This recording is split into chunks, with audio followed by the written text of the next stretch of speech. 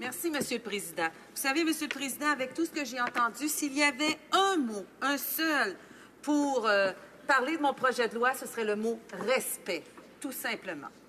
Alors, allons-y. Aucun projet situé en partie ou entièrement sur le territoire d'une province ne devrait échapper aux lois environnementales adoptées par le Parlement de cette province.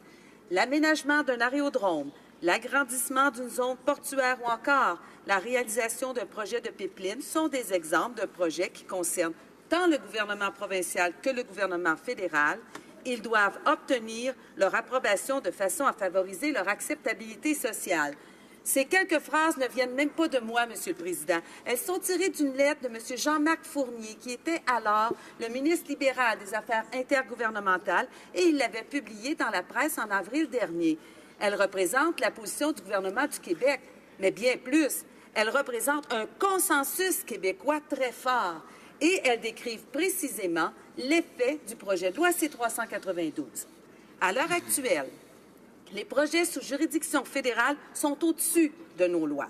Leurs promoteurs sont au-dessus de nos lois environnementales, de nos lois qui protègent le territoire agricole, des règlements municipaux qui assurent un aménagement harmonieux du territoire. Ces lois et ces règlements, bien, ça ne vient pas de nulle part. Ils ont été adoptés par les élus du peuple, les représentants de la population, et ça reflète encore là l'acceptabilité sociale. Depuis presque un an, j'ai parlé à des centaines d'intervenants de tous les milieux. J'étais au congrès de l'Union des municipalités au printemps dernier pour parler avec des municipalités.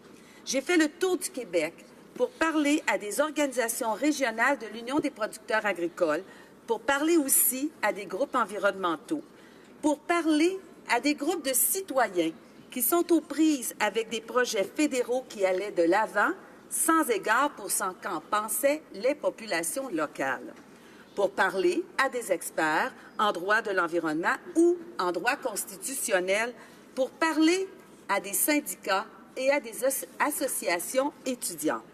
Puis vous savez quoi? Bien, je n'ai pas rencontré personne, Monsieur le Président, mais absolument personne qui était opposé au projet de loi C-392. En fait, plusieurs d'entre eux, UPA régional, syndicats, municipalités, experts, élus à l'Assemblée nationale, groupes environnementaux, ont même pris la peine de m'écrire pour me donner leur appui.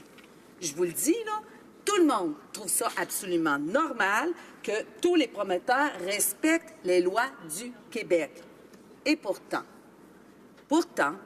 lors des 2 heures de débat sur le projet de loi C-392 et les minutes qu'on vient de passer ensemble, j'ai pu constater que peu importe qu'il soit libéral ou conservateur, le gouvernement fédéral veut juste avoir le dernier mot, quitte à ce que ce dernier mot contredisent la volonté de la population, la volonté des Premières Nations, la volonté du Québec ou même celle des provinces. Tant les libéraux que les conservateurs ont utilisé leur droit de parole pour s'opposer au projet de loi C-392, les deux dans le même camp, c'est vraiment triste. Parce que qu'est-ce que propose exactement C-392? Bien, il propose tout simplement qu'Ottawa respecte la volonté des provinces en matière d'aménagement du territoire et de protection de l'environnement. Mais comprenons bien que si Ottawa impose des règles plus strictes que les provinces, bien évidemment, Ottawa aura le dernier mot. En d'autres termes, dans les projets sous juridiction fédérale, ce sont les règles les plus strictes en matière de protection de l'environnement qui prévaudront, puis à la fin, bien, c'est la protection de l'environnement qui sort gagnante. Maintenant, qu'est-ce qui est le plus important pour ce gouvernement et pour l'opposition conservatrice? Le bien commun? L'avenir de la planète? Le développement durable? La protection de l'environnement? L'acceptabilité sociale? Ou avoir le pouvoir de décider seul, avoir le pouvoir de dire son dernier mot? Bien, c'est ce que nous verrons demain, Monsieur le Président.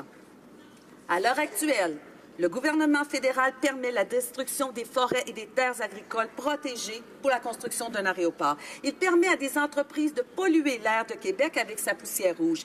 Il impose à des municipalités des tours cellulaires à l'endroit où le promoteur le veut sans égard à la population. Bref, aucun respect.